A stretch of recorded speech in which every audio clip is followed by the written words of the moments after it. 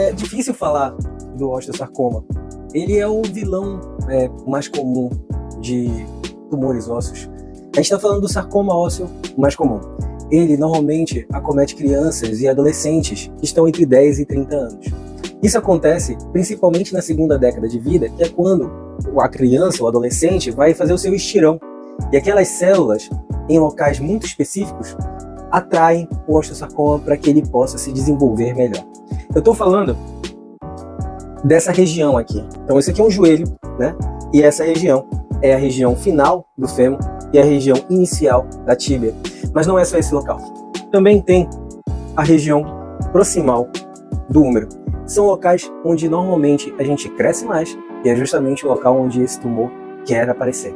E é muito difícil a gente falar sobre sintomas, porque ele é um tumor que aparece quando dá dor. E é uma dor que tende a piorar ao longo das semanas, principalmente à noite. Então é muito difícil de dar um diagnóstico baseado apenas em sintomas. Geralmente você vai num ortopedista, num pronto-socorro, faz relação às vezes com um trauma num jogo de futebol, e aí acaba fazendo uma radiografia, e é aí que o colega ortopedista se depara com esse grande vilão da ortopedia oncológica e encaminha para mim e para os meus outros colegas todos da nossa área. Então, quando passa com o ortopedista e ele faz a radiografia, ele vai se deparar com uma coisa mais ou menos assim. É um tumor que está na região distal do fêmur, normalmente, que é o local mais comum, e que está formando o osso. Mas está formando o osso de uma maneira anárquica. Não igual quando a gente quebra o osso e cola o osso formando o osso. A gente está falando de uma formação totalmente bizarra. É justamente isso que a gente vai ver no osteosarcoma.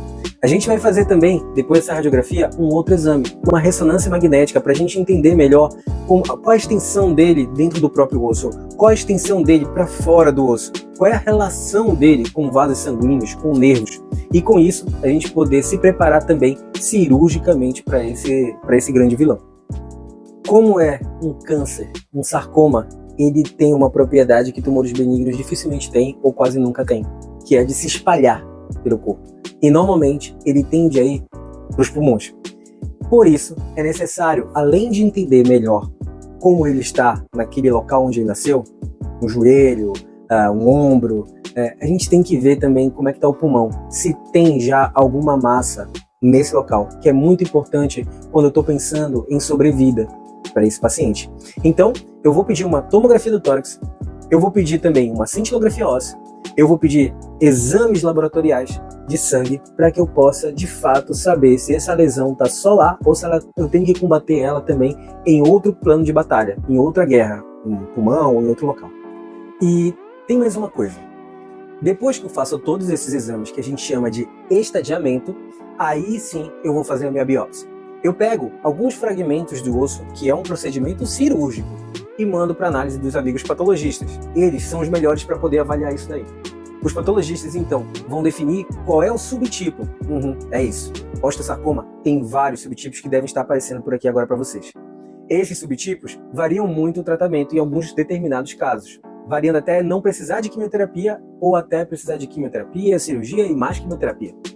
O mais comum é o osteosarcoma convencional, que também é chamado de osteosarcoma convencional de alto grau. Esse osteosarcoma é o que precisa fazer, então, a quimioterapia. Depois você vai fazer a cirurgia e depois vai fazer a quimioterapia de novo.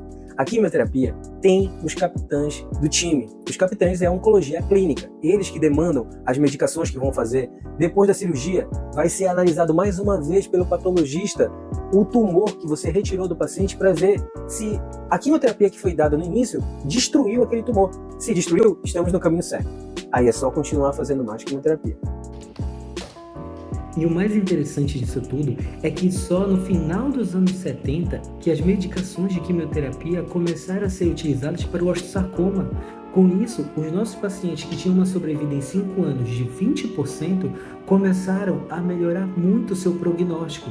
Com isso, os ortopedistas começaram não só mais a se preocupar com a vida do paciente e começaram a se preocupar também com a função que esse paciente ia ter depois, fazendo as tais das reconstruções com endoprótese ou com enxerto, e isso mudou totalmente o paradigma do osteosarcoma, fazendo com que o tratamento ficasse cada vez mais próximo de uma qualidade de vida que o paciente tinha antes do seu diagnóstico. Isso foi fantástico.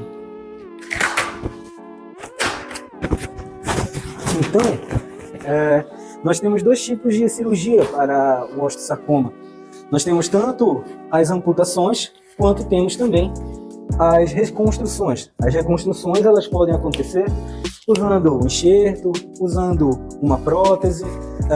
Atualmente, quase 90% dos nossos casos são de reconstrução, eles não são de amputação. A amputação, ela fica reservada apenas para os casos em que o tumor está muito grande, que não tem cobertura de pele, que tem lesão de vaso associado, de nervo. Então, normalmente a gente deixa esses procedimentos para os casos mais avançados, mais agressivos. Na maioria das vezes a gente faz somente endoprótese. E o mais curioso é que quando os ortopedistas começaram a pedir a endoprótese, os fornecedores falaram que precisavam de 6 a 12 semanas para a prótese ficar pronta. Desse jeito não ia dar. Então a oncologia falou, vamos fazer uma quimioterapia antes da cirurgia, enquanto espera a prótese, só para o tumor não crescer, não se espalhar. E aí, lá pela 10ª semana, os ortopedistas operavam e depois o paciente retornava para a quimioterapia, aos moldes do que é feito hoje em dia. E o que se notou foi que esses pacientes que faziam quimioterapia antes acabavam tendo uma sobrevida muito melhor, de 70% em 5 anos. E com isso, o jogo mudou totalmente. A gente já andou muito e hoje em dia a gente está muito melhor posicionado nessa batalha. A gente está falando de antes que de 10 pacientes, apenas 2 sobreviviam. Hoje a gente está falando de 7 sobreviventes nessa batalha entre 10. Então já se avançou muito, ainda tem muito para se avançar. Mas isso só é possível se a equipe da ortopedia oncológica estiver dentro de um grupo multiprofissional. E isso eu estou falando de toda a equipe, desde psicólogo, desde fisioterapeuta, fisiatra, oncologia clínica, enfim, todo mundo tem que estar unido e não só isso. Vocês, pacientes também, têm que estar com a gente nessa batalha, acreditar nessa guerra que a gente pode vencer. É isso, pessoal. Hoje trouxe um vídeo um pouquinho mais com assuntos técnicos, mas eu acho que são assuntos super pertinentes. E outra coisa, eu sou apaixonado pelo assunto da ortopedia oncológica porque eu sou apaixonado pelo que eu estou lutando. Então, se você gostou e quer mais vídeos desse tipo, dá um like aí, que depois eu trago mais para vocês. E dessa vez, ninguém tá me obrigando.